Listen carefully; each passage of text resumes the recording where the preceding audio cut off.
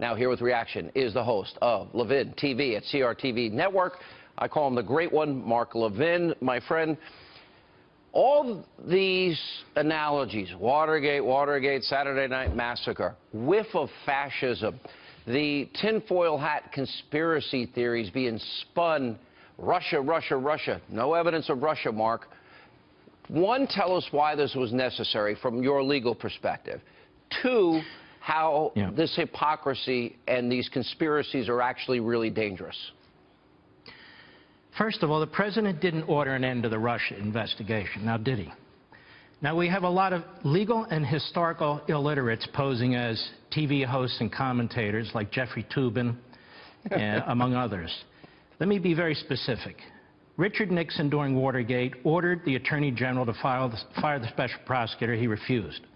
Then he ordered the Deputy Attorney General to fire the special prosecutor, and he refused. Here, the Deputy Attorney General writes a memorandum urging the Attorney General and the President to fire the FBI Director. The Attorney General attaches it to a letter, endorses it, and the President of the United States fires him. It has nothing to do with Watergate, but of course the media and the Democrats, one and the same, wanted to deal with Watergate. The President did not order in any respect an end to the Russian investigation. But I have a couple questions, if I might, for Chuck Schumer, who is the leading demagogue in all this. Tell me something, Mr. Schumer. Can you name a single Russian, just one, who colluded with Donald Trump in his campaign? Just give us one. One. You got intelligence committees who've been investigating. You've had this interminable federal investigation that's gone on. Let's have it. Now, I have another question for Mr. Schumer. You like these independent special prosecutors. Sean, have you noticed they all use the same phrases? We can't trust the Justice Department to investigate. They can't even name the FBI agents who are involved in this investigation. I'm sure they are career agents that'll do their job regardless of who the FBI director is. But Mr. Schumer likes these independent special prosecutors. Let me ask you something, sir. Do you support an independent special prosecutor for Hillary Clinton and her multiple violations of the Espionage Act? Do you support an independent special prosecutor for the Obama administration's surveillance and unmasking of Trump transition team members and God knows who else? The Israeli ambassador was surveilled. The Prime Minister of Israel was surveilled. Members of Congress were surveilled. Jewish leaders and Jewish groups were surveilled. How about an independent investigation of that? Got another one, Mr. Schumer. How about an independent special prosecutor to investigate this whole seedy Iranian deal with the secret deals, the ransom payments, the release of terrorists that we find out after the fact? Let me tell you what's going on here, Sean. The President of the United States followed the Constitution, followed the law, and followed the advice of a Deputy Attorney General who won 94-6 his confirmation on April 25th. That means almost every single Democrat voted for him. You want to know why? The guy doesn't have a political bone in his body. He's worked for Bill Clinton. He's worked for George Bush. He is a career public integrity prosecutor, a criminal prosecutor. He's been an assistant U.S. attorney and a U.S. attorney.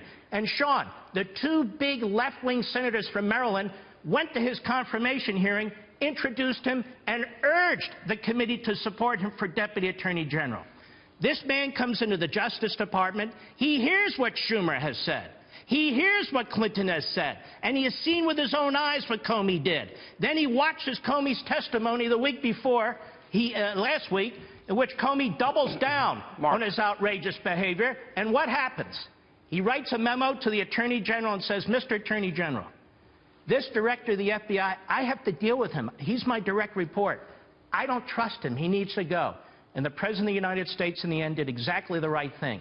He did what Barack Obama didn't have the courage to do, which is to remove an FBI director that didn't have the temperament to be an FBI director. Well said.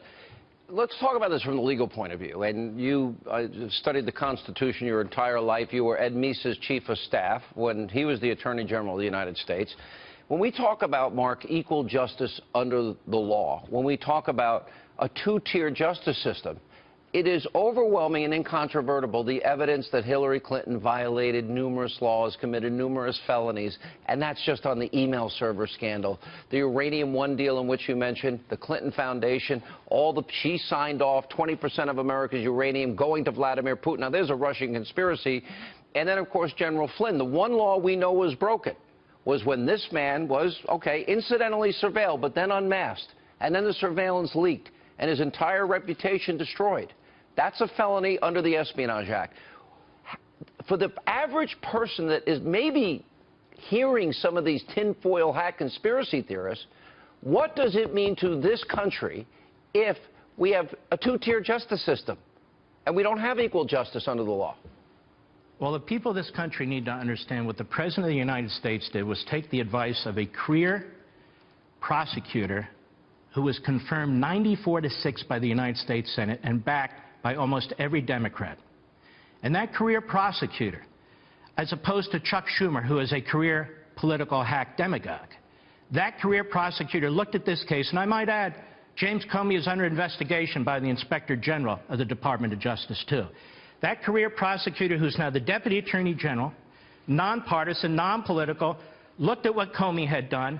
He got in there April 25th. And by the way, I find it fascinating that Democrats say, why did he act now? The same Democrats who have stonewalled the confirmation of almost all of the president's cabinet selections, let alone his second-tier cabinet selections, finally this outstanding choice for Deputy Attorney General is confirmed 2 weeks ago. And then he looks at this situation and he says, this man needs to be removed. The answer is the president followed the Constitution, and Chuck Schumer is undermining the Constitution. All right, Mark, rare appearance. I ask all of Mark's fans to tell Mark, to come on the show more often. We love having you. Thank you, sir.